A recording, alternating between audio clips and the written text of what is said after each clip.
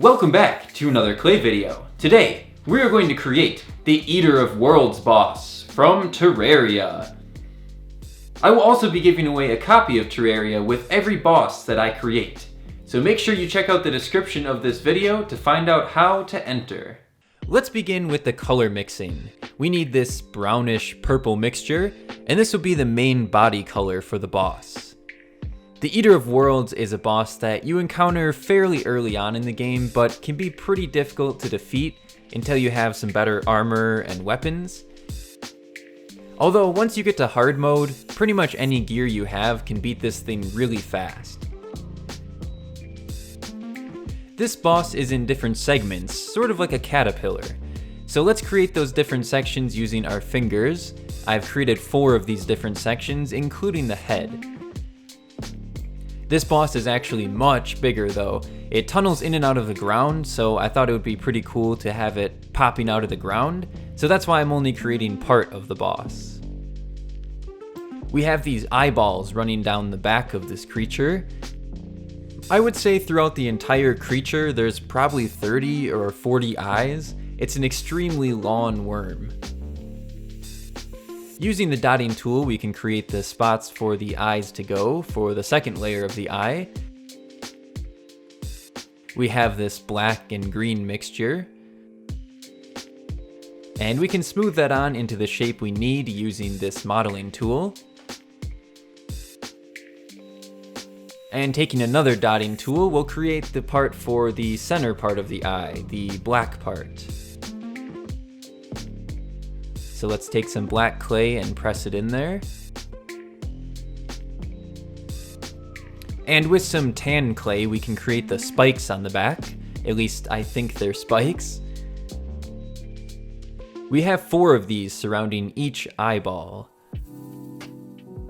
And after placing them on there, we can use our finger to sort of press them down. I didn't want them to fall off if they got bumped or maybe while baking, so hopefully this secures them a little bit better.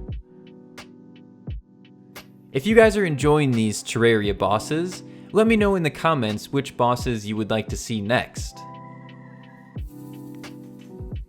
After we are done with our eyes down here, we can move on to the main part, the head here, and we have a much bigger eye on this section. It's created exactly the same as the other ones. So let's get the green layer here. And on top of that, we have the black part of the eye. We also have 2 of these spikes up here. Now, I've used some paper towel. I think this will hold it up a little bit better to be able to put these spikes onto it. When it was on the glass was sort of getting in the way and I couldn't really get these spikes onto it. Let's get this onto the baking tray. And the Eater of Worlds is ready to get baked.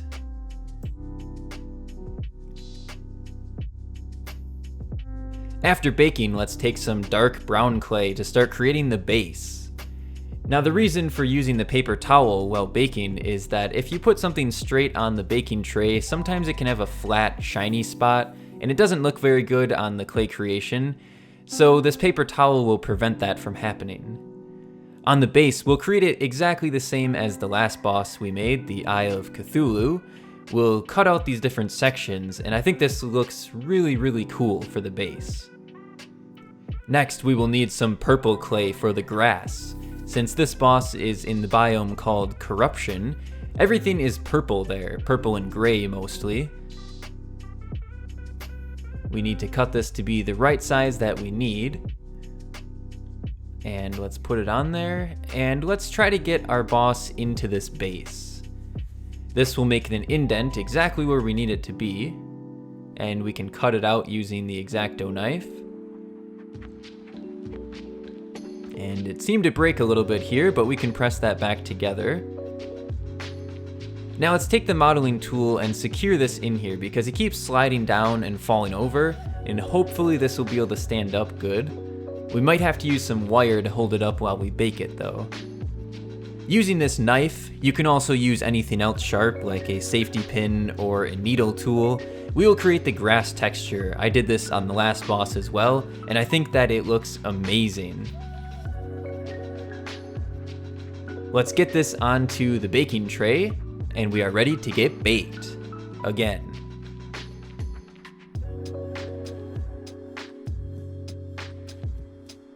After baking, there's nothing more we have to do, so here it is, the Eater of Worlds from Terraria.